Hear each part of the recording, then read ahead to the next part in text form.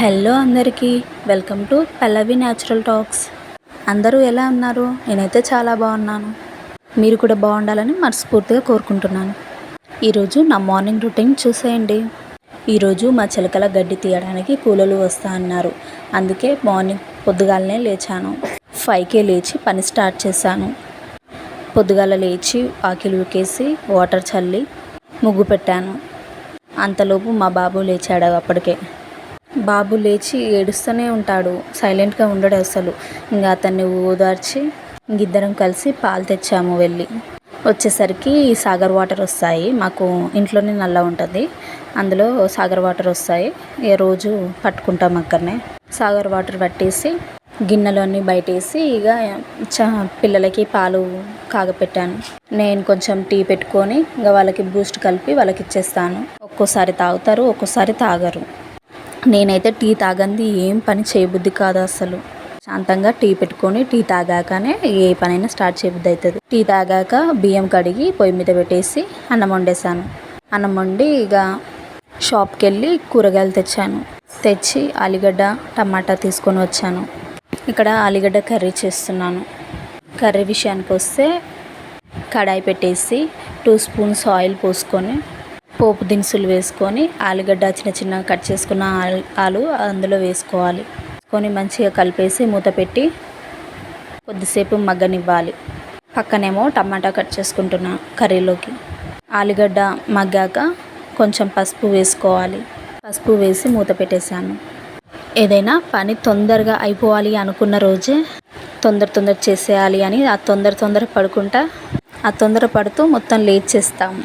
అదే నార్మల్ డేస్లలో తొందరగా లేస్తాం, తొందరగా పని అయిపోతుంది. మీరు కూడా ఇంతేనా? కర్రీలో కొంచెం అల్లం వేసుకొని మళ్ళీ మూత పెట్టి కొద్దిసేపు ఉంచాలి. తర్వాత మగ్గాక టమాటా వేసుకోవాలి. టమాటా వేసి బాగా కలిపి మూత పెట్టేసేయాలి. ఈ మధ్య నాకు అర్థమైంది, ఒకటి చెప్తాను. పెద్దవాళ్ళు లేదా పెళ్ళైన వాళ్ళు కొందరు ఇలా ఎప్పుడు మాకు అన్నం తినబుద్ధి కాదు, అస్సలు ఆకలి ఇవ్వట్లేదు అని ఎప్పుడు చెప్తూ ఉంటారు. కానీ నాకు ఇప్పుడు అర్థమవుతుంది వాళ్ళకి ఎందుకు ఆకలి కావట్లేదో. నాకు పిల్లలు పుట్టక ముందుకు ఎప్పుడు అసలు ఏదో ఒకటి తినాలనిపించేది. ఎంత తిన్నా అసలు తిన్నట్టు ఉండకపోయేది. ఏదో ఒకటి తినాలనిపించేది. నాకే ఇలా ఆకలి అవుతుందా, అందరికీ ఇలానేనా అని అనిపించేది ఎప్పుడు. అప్పుడేమో అసలు తిందామన్నా టైం ఉండకపోయేది. ఇప్పుడు అర్థమవుతుంది అసలు టైం ఉన్నా తినబుద్ధి కావట్లేదు.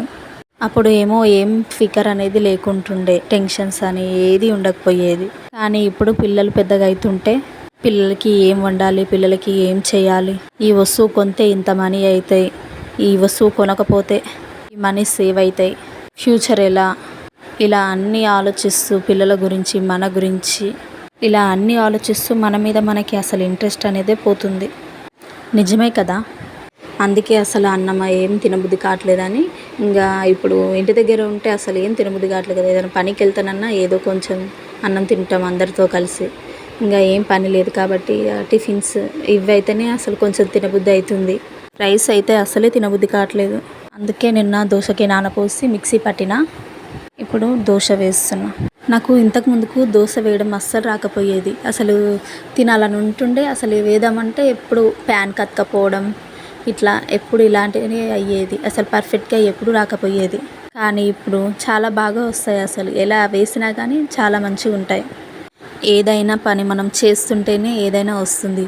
అది మనకి రాదు అని వదిలేస్తే ఎప్పటికీ రాదు.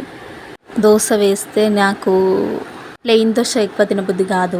ఒకటేమో ఎగ్ దోశ, ఒకటేమో కారం దోశ, ఒకటేమో ఉల్లి దోశ, రకరకాలు అన్నీ వేసుకొని ఒక్కొక్కటి ఇట్లా తినబుద్ధి అవుతుంది. కొందరికేమో క్రిస్పీగా ఉండాలి దోశలు, కొందరికేమో మెత్తగా ఉండాలి.